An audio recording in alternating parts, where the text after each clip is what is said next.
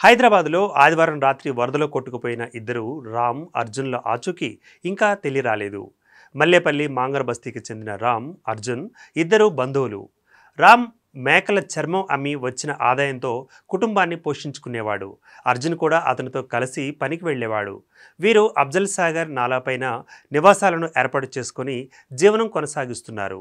హైదరాబాద్లో వర్షం కురిసినప్పుడల్లా ఎగువ ప్రాంతాల నుంచి వర్షం నీరు వీరి ఇంటి ముందున్న 5 ఫీట్ల చిన్నపాటి గల్లీ గుండా పక్కనే ఉన్న అఫ్జల్ సాగర్ నాలలోకి వెళుతూ ఉండేది.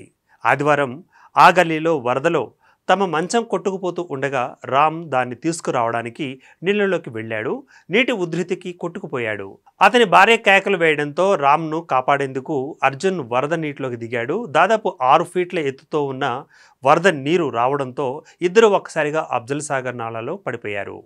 స్థానికులు ఎంతగా ప్రయత్నించినా కూడా వారి జాడ తెలియరాలేదు. దీంతో హబీబ్ నగర్ పోలీసులకు సమాచారం అందించారు. వెంటనే డిఆర్ఎఫ్ బృందాలు రంగంలోకి దిగినప్పటికీ రామ్, అర్జున్ల ఆచూకీ దొరకలేదు. సోమవారం ఎన్డీఆర్ఎఫ్, హైడ్రా 3 ప్రత్యేక బృందాలుగా రామ్, అర్జున్ల జాడ కోసం అఫ్జల్ సాగర్ నాలా నుంచి మూసరాం నాలా వరకు వెళ్లి వెతికాయి. ఇక ఘటనా స్థలాన్ని స్థానిక MLA Majid Hussain, Hyderabad collector Harichandana, Hydraa commissioner Ranganath, GHMC commissioner RV Karnan పరిశీలించారు.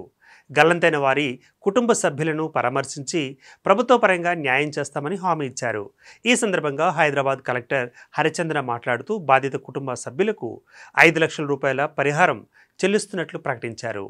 ఇక అఫ్జల్ సాగర్ నాలాపైన 140 వరకు నివాసాలున్నాయి. గతంలో అనేక సార్లు వీరికి నోటీసులు ఇచ్చాం. త్వరలో ఇందిరమ్మ ఇళ్ల కోసం ప్రభుత్వానికి నివేదిక అందజేస్తామని అన్నారు.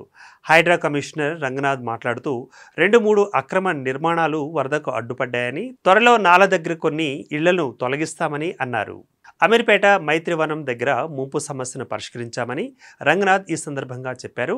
ఇక్కడ 25 లారీల పూడికి తీసినట్లు కూడా వెల్లడించారు. నగరంలోని వరద నీటి కాలువలలో ఇప్పటి వరకు 2200 లారీల పూడిక తొలగించామని, ఇది నిరంతర ప్రక్రియ అని ఆయన వివరించారు.